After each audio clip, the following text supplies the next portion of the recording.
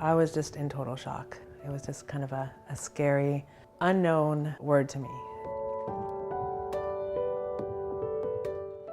Diagnosed with leukemia in November 2009, followed by aggressive treatment, only to have it return less than a year later.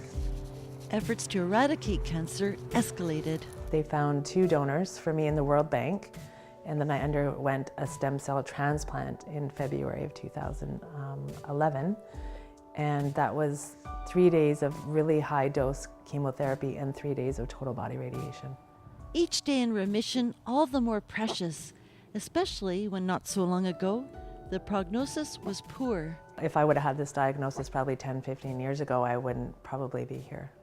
So it's just come really, it's so far advanced now, just the research and stuff that they're doing. When I was undergoing the biopsies that they would do after each session just to check your bone marrow and stuff, I would make sure while they're in there that to take extra samples so that they could send it to the research, so that way they could try to, you know, I figured they're in there, they might as well take extra, help out with research, because, you know, you always want to try to find ways to help find a cure. You just really do, because it's a killer. But there is such a thing as too much information, as Tammy and her husband Steve found out, seeking solace on the internet. You want to kind of know what you're being diagnosed with and the possible therapies, but looking it up on the internet I found just really scared me more so than I needed to know. They said I needed a bone marrow biopsy. I looked it up on the internet and it was like this girl screaming on a doctor's bed, and I'm like, so for me, I would not suggest, you know, looking up stuff.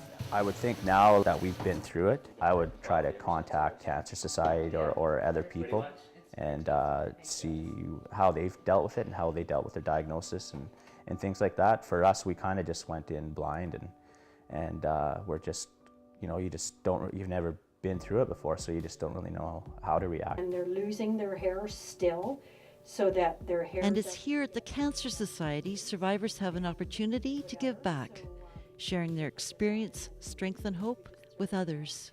And it'll get washed. And if they're being the volunteer engagement person, I interview people when they want to come and volunteer here in any capacity. And it's amazing the stories that I hear about cancer with themselves or in their family, and people are so dedicated to helping with the fight, you know, to cure cancer. It's really amazing. Until December 31st, and for a $10 donation, you can light up a bulb for a friend, family member, or loved one in support of the Canadian Cancer Society. Lights of Hope is truly amazing. When you make that $10 donation to light up a bulb, I'm going to get emotional. It's just in remembrance of people that we've lost, in people that are fighting the battle right now, and trying to raise money for research, and it's just an amazingly emotional thing that we do. And thanks to the ongoing accumulation of research to beat cancer, Tammy and Steve are building their dream home and taking each day as it comes. In Campbell River, I'm Margie Greaves.